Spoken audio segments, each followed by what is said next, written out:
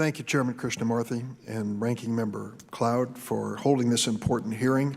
It's good to be back in the People's House, representatives, and also to be at a hearing flanked by the Campaign for Tobacco-Free Kids. It seems like old times.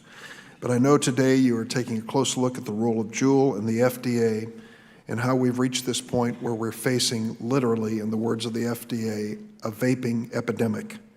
You know the numbers. In the last year alone, 80% increase in high school students vaping, 50% increase in middle school students using e-cigarettes.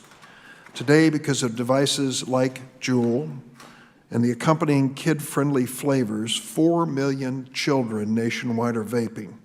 Juul and other e-cigarette companies like to claim that their products are only meant for adults looking to quit cigarettes. But a look at the facts quickly dispels that notion. Here's the starting point. There is no clinical trial proving that Juul devices help adults quit smoking cigarettes. None. Despite all the marketing claims and all the paid testimonials, there is no credible medical evidence of Juul's most fundamental marketing claim. None. Further, more than 20% of children under the age of 18 are using e-cigarettes, compared with less than 3% of adults. Juul knows exactly where the money can be found, and it's not from adults looking to quit smoking, it's kids. Today's youth vaping epidemic is a new version of an old battle that I'm personally familiar with.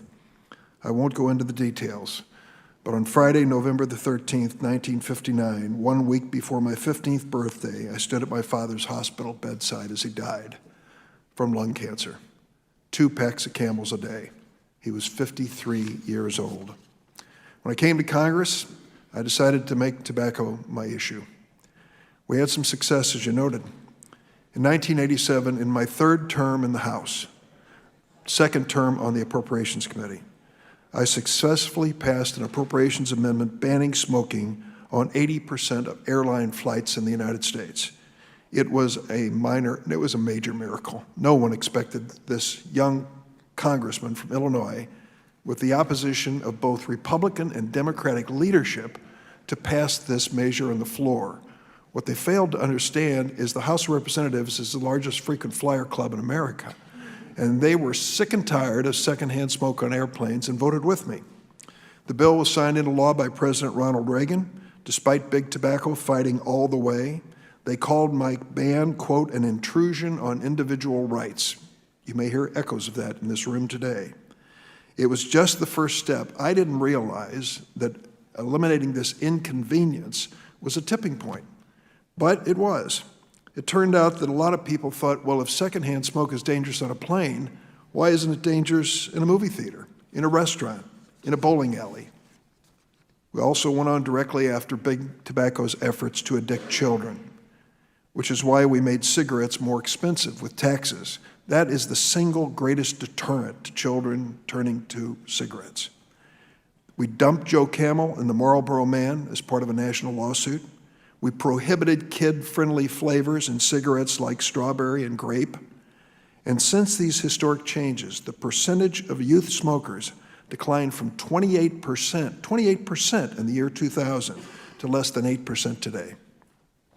However, anyone who believed that the multi-billion-dollar tobacco industry would go quietly ignored the power of their greed, and that's why we're here today.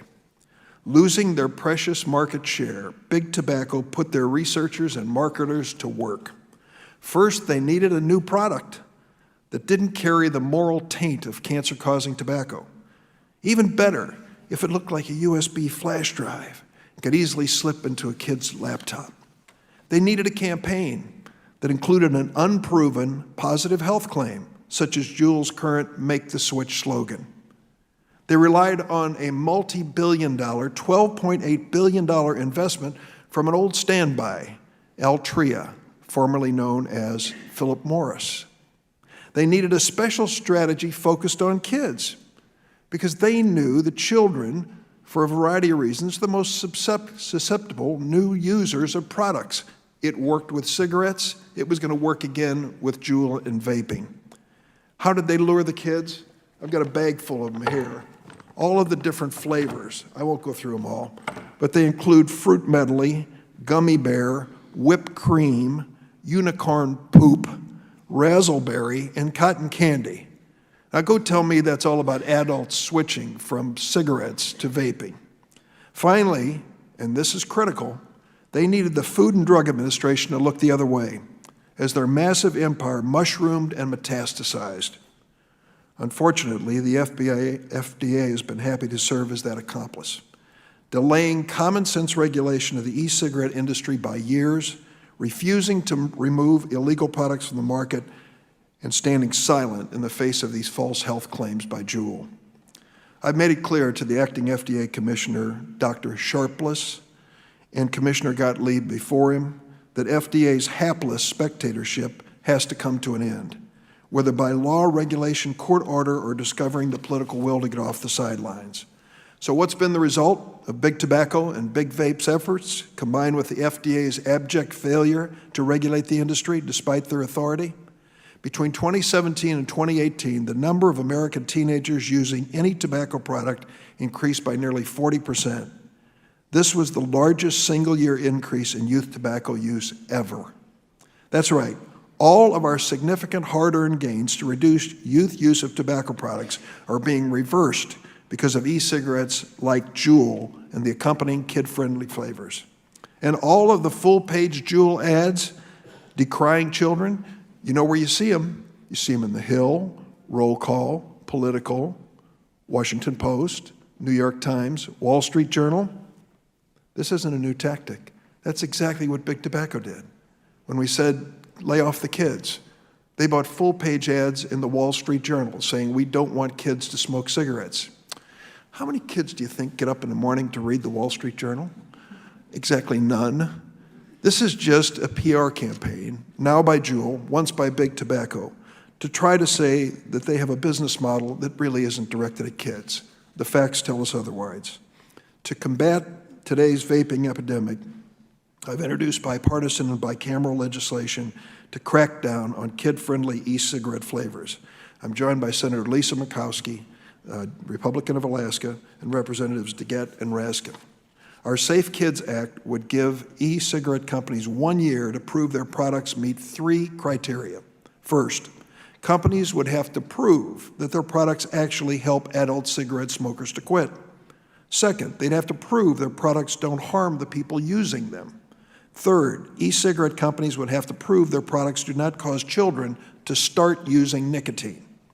If a federal tobacco to 21 bill moves this year, and I think it might in the Senate, it's imperative that the legislation includes strong provisions to crack down on kid-friendly e-cigarette flavors that are addicting our kids. As someone who lost his father as a kid to smoke-related lung cancer, I had hoped that e-cigarettes would prove to be a smoking cessation device for adults. To date, there is no proof. Instead, these devices and the candy, dessert, fruit flavors are causing children to develop this addiction at far greater rates than they're helping adults quit smoking cigarettes.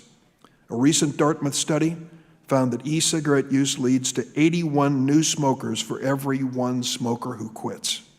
According to the Truth Initiative, 15 to 17-year-olds are 16 times more likely to use Juul compared to people over the age of 25.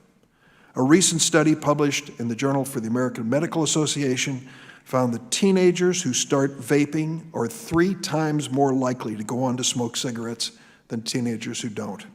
And consider this, Juul is widely popular with kids and accounts for 70% of e-cigarette sales in the United States.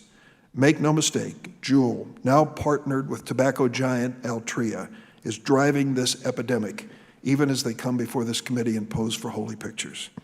Congress waited far too long to start protecting children from cigarettes. History is now repeating itself with e-cigarettes. Our inaction, combined with FDA's complacency, is dooming an entire new generation of children to nicotine addiction. Most parents care when their teenager is lost in a cloud of vape smoke. Does Congress? I look forward to working with you on a bicameral basis to address this public health epidemic head-on. I'll close by saying this.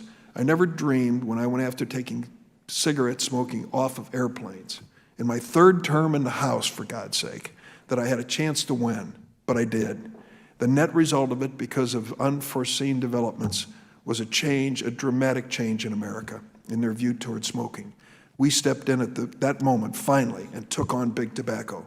The question is, can we work the bipartisan political will to take on big vaping now for the benefit of the young people sitting behind me and those across America? Thank you, Mr. Chairman.